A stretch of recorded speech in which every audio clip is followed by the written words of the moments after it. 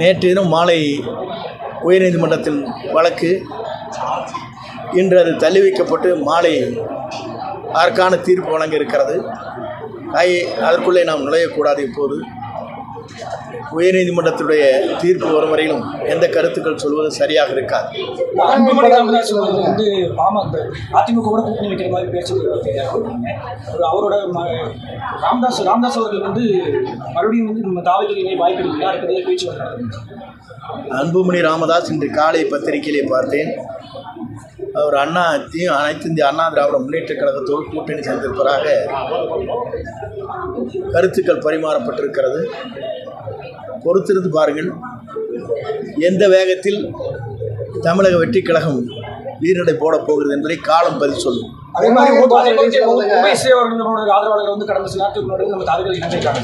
அதுக்கு ஓபிஎஸ் அவர்களும் மறுபடியும் வருவாருன்னு அதுக்குண்டான பேச்சு எல்லோரும் வருவார்கள். அன்போடு கதவு திறக்கப்பட்டிருக்கிறது.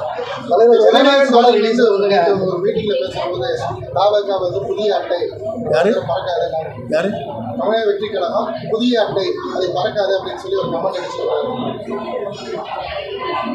கமலை பொறுத்தவரையும் பறக்குமோ பறக்காது என்பதல்ல, அவர் பறந்து எங்கே இணைந்திருக்கிறார் என்பதுதான் மக்கள் பார்த்து கொண்டிருக்கிறார். தலைவர், இந்த சென்சார் போர்டு வந்து காலம் தாழ்வு வந்து பார்த்தீங்கன்னா ஆளுங்கட்சியினுடைய தலையீடு இருக்கிறதா விமர்சனங்கள் சொல்லப்படுது.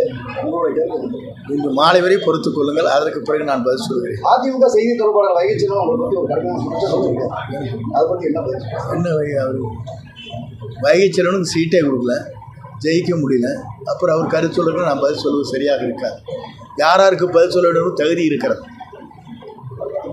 எல்லா கட்சியும் தேர்தல் காலத்துக்கான ப்ரொபோசல் ரெடி பண்ணிருந்தாங்க. தமிழக வெற்றி கழகம் அது குறித்து மக்களுக்கு சொல்ல வருகிற கருத்துக்களை தொகுத்துக்கான வேலை துவங்கியாச்சு. தலைவர் சரியான நேரத்தில் சரியான முடிவுகளை மேற்கொள்வார். இல்லை, இதுதான் முடிந்து போனதை பற்றி திருப்பி கேட்காதீர்கள். நடக்க போவதை மட்டும் கேளுங்கள். செய்திகளை உடனுக்குடன் தெரிந்து கொள்ள கீழ்கண்ட கேபிள் மற்றும் டிடிஹெச் நெட்வொர்க்குகளில் எம்நாடு செய்தி தொலைக்காட்சியை காணுங்கள்.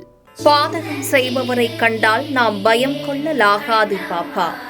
மோதி மிதித்து விடு பாப்பா, அவர் முகத்தில் உமிழ்ந்து விடு பாப்பா.